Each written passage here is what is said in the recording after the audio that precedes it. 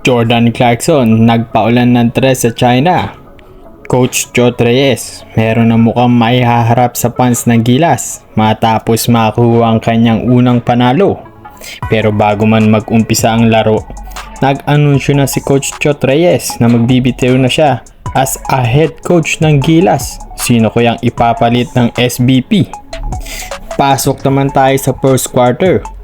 Agad na pinangunahan ni RR Pugoy ang score ng Gilas matapos magtala ito ng 5 puntos na sunod-sunod. Pero agad namang nabawi ng China ang kalamangan after nitong tumawag ng timeout. Bago matapos ang quarter, nagpabaon si Kai Sotto ng 200 dunk. Tabla ang ating score sa 16 sa pagtatapos ng first quarter. Second quarter, naging maganda ang umpisa ng Gilas Pilipinas. Agad itong nakakuha ng 6 na kalamangan kontra China. Kung anong ganda ang nangyayari sa Gilas, siya namang itong kabaliktaran na nangyayari sa China. Dahil isa sa mga player nito na si Xiao Qi ay na-injured at malabo na makabalik pa sa laro. Isa pa naman sana ito sa makakatulong sa kanila pagdating sa depensa at opensa. Dahil ito ay may tangkad na 7 foot tall. Pero kahit ganun, hindi nagpatalo ang China at nagkaroon pa ito ng mini run na kung saan ay sila pa ang nakakuha ng kalamangan sa pagtatapos ng second quarter.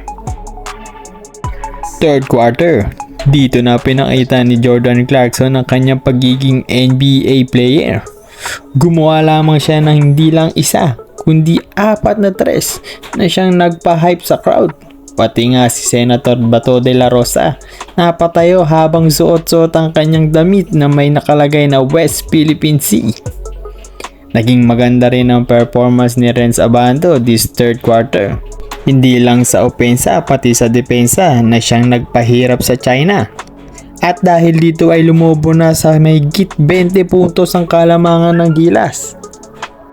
Sa huli, panalo ang Gilas Pilipinas 96-75 led by Jordan Clarkson making 34 points, 2 rebounds and 3 assists playing 33 minutes. Sinundan naman ito ni Renz Abando with 14 points, 5 rebounds playing 24 minutes at ni Kai Sotto shooting 12 points playing 19 minutes.